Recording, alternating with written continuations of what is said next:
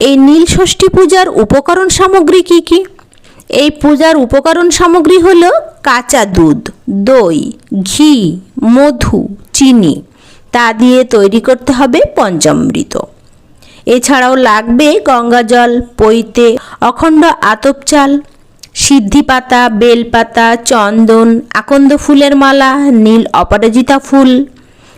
অপরাজিতা ফুলের মালা, ধুত্রা ফুল, মিষ্টি, নতুন মাটির প্রদীপ। ঘি সহ পলতে জ্বালিয়ে এই নীল ষষ্ঠীর দিনে দেবাদিদেবকে অর্পণ করা হয়। তাছাড়া প্রত্যেক সন্তানের নাম স্মরণ করে তাদের নামে নীলের ঘরে অর্থাৎ মহাদেবের কাছে একটি করে মোমবাতি জ্বালানো হয়।